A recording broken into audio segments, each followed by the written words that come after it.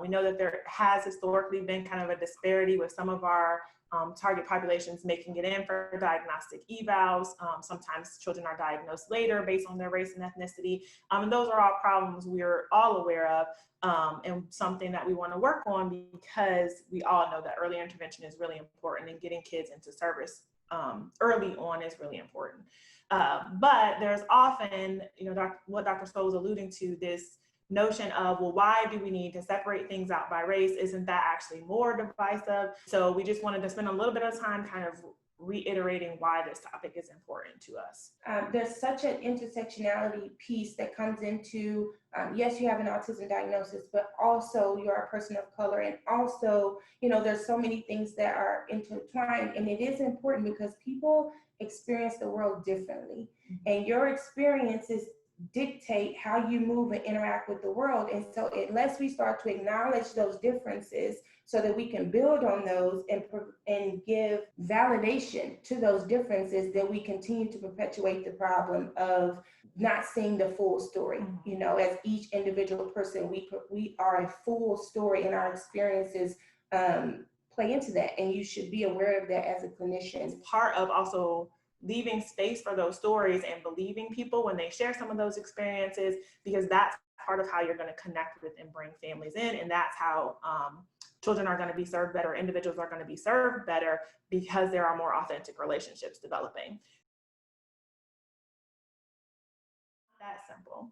Supporting Black families is really going to start with you and doing the work in yourself to really genuinely reach the place of being a true ally and a true anti-racist advocate.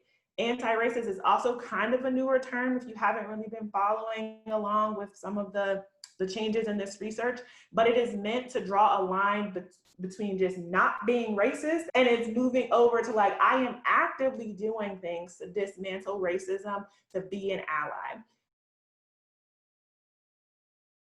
Again, you don't have to be the overt racist using racial slurs and harassing your neighbor of color. You can carry these biases in you, and honestly, we all do. There's been a lot of research that talks about how we tend to view Black children as older than they actually are by 3 to 4 years. So that's a pretty big deal. Again, I mentioned we tend to view Black kids' behavior as more disruptive or negative. And there's been lots of research about schools and teachers and having kids engage in the same behavior.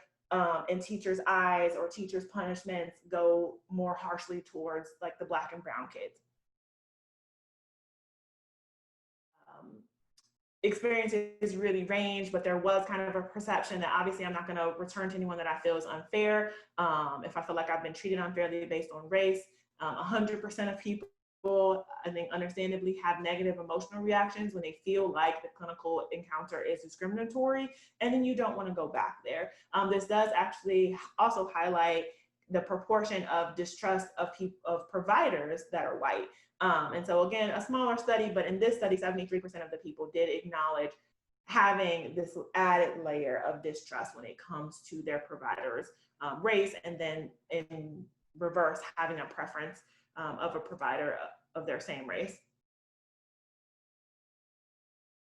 This layer that in any interaction that I have with someone who doesn't share my identity characteristics, if something goes wrong in that interaction, I always have the hypothesis that it might be race or gender related.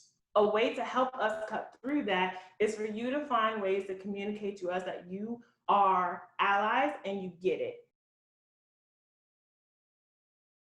And so again, you just want to have effective communication. You want to have authentic relationships with people. You want to see the person in front of you, not what you assume the person in front of you is because of how they look.